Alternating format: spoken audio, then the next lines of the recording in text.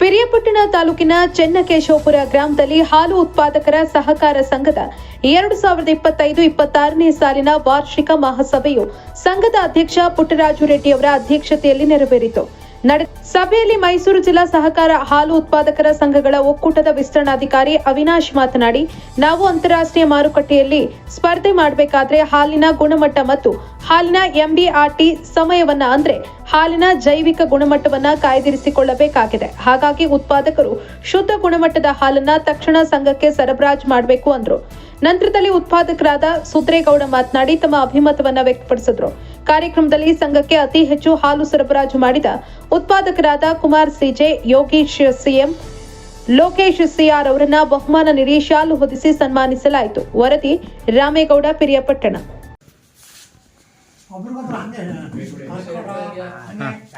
ಏನ್ ಮಾಡಿದೆ FSSAI ಅಂತ ಅವರು MBRT ಸಮಯ ನೋಡ್ತಾ ಇದ್ದಾರೆ. MBRT ಅಂತಂದ್ರೆ ಹಾಲಿನ ಸಮಯ ಈ ವೆದರ್ಗೆ ಇಟ್ಟರೆ ಎಷ್ಟು ಸಮಯಗಳ ಕಾಲ ಕೆಡದಂತೆ ಇರ್ತದೆ ಅದನ್ನು ಪರಿಶೀಲನೆ ಮಾಡಿದ್ರೆ MBRT. ಅದಕ್ಕೋಸ್ಕರ ಈಗೆಲ್ಲ ನಾವು ಹಾಲನ್ನ ಇಡ್ತಾ ಇದ್ರೆ ಈಗ ಬರೀ 90 ನಿಮಿಷ ಮತ್ತು 120 ನಿಮಿಷ ಬರ್ತಾ ಇದೆ, ಅಂದರೆ 1.5-2 ಗಂಟೆಗಳ ಹತ್ರ ಮಾತ್ರ ಬರ್ತಾ ಇದೆ. ಅದು ತದನಂತರ ಹಾಲು ಕೆಟ್ಟೋಗ್ತಿದೆ. ಮಾರ್ಕೆಟಲ್ಲಿ ಅದು ಮಾರಕ್ಕೆ ಹೋದಾಗ ಏನಾಗ್ತದೆ, ನಿಮ್ಮ ಹಾಲಿನಲ್ಲಿ MBRT ಸಮಯ ತುಂಬ ಕಡಿಮೆ ಇದೆ, ಅದನ್ನು ತಗೊಳಕ್ಕಾಗ್ತಿಲ್ಲ ಅಂತೇಳಿ ಅಂತಾರಾಷ್ಟ್ರೀಯ ಮಾರ್ಕೆಟಲ್ಲಿ ಅದು ಮಾರಾಟ ಆಗ್ತಾ ಇದೆ.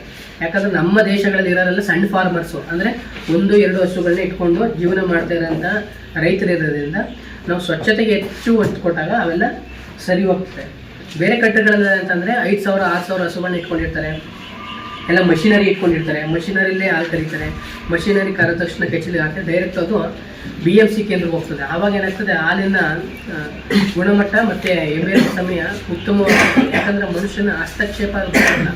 ಕೆಲವರು ಸಗಣಿ ಎತ್ತಿರ್ತಾರೆ, ಗಂಜಲೆ ಎತ್ತಿರ್ತಾರೆ, ಅದೇ ಕೈಯಲ್ಲಿ ಏನು ಮಾಡ್ತೀವಿ, ಕೆಲವರು ತೊಳಿತಾರೆ, ಕೆಲವರು ತೊಳಿಯಲ್ಲ. ಸಂಪೂರ್ಣವಾಗಿ ತೊಳಿತೀವಿ ನಾವು, ಸೋಪ್ ಹಾಕಿ ಇಲ್ಲ ಕೈ ತೊಳ್ಕೊತೀವಿ, ಡೈರೆಕ್ಟ್ ಕೆಚ್ಚಲು ಕೈ ಹಾಕ್ತೀವಿ. ಹಾಗೇನಾಗ್ತದೆ, ಹಸಿವಿನ ಕೆಚ್ಚಲು ಕೆಡೋ ಸಾಧ್ಯತೆ ಇರ್ತದೆ ಮತ್ತು ಕೆಚ್ಚಲು ಬಾವು ಬರೋ ಸಾಧ್ಯತೆಗಳು ಕೂಡ ಇರ್ತದೆ.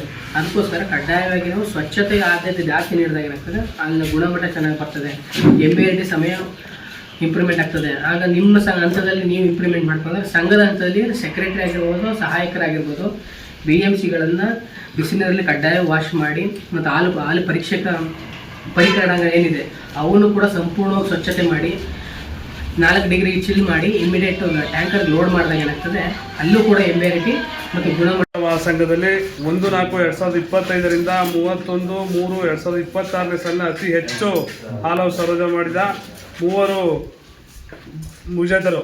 ಅವರಲ್ಲಿ ಪ್ರಥಮವಾಗಿ Kumara CJ 28,331 litre. Kumara CJ ಅವ್ರ ಮಗ ಅವರೇ. ಎರಡನೇರು ಯೋಗೇಶ CM 23,606 ಲೀಟ್ರು. ತೃತೀಯ ಲೋಕೇಶ CR 22,517 ಲೀಟ್ರು. ಯಾರಿದೆ ಅವ್ರಿಗೆ ಆಡಳಿತ ಮಂಡಳಿ ಮತ್ತು ಅವ್ರ ಗಮನಕ್ಕೆ ತಂದು ಅವ್ರಿಗೆ ಶೇರ್ನ ಕೊಟ್ಟು ಮೆಂಬರ್ಶಿಪ್ ಮಾಡಿಕೊಂಡು ಅದನ್ನು ನಾನ್ ಮೆಂಬರ್ನ ಸ್ವಲ್ಪ ಆದಷ್ಟು ಕಡಿಮೆ ಮಾಡಿ. ಅವಾಗ ಏನಾಗ್ತದೆ, ಅವ್ರಿಗೂ ಕೂಡ ಸಂಪೂರ್ಣವಾಗಿ ಒಕ್ಕೂಟದಿಂದ ಒಂದು ಸರ್ಕಾರದಿಂದ ಸವಲತ್ತುಗಳು ಕೂಡ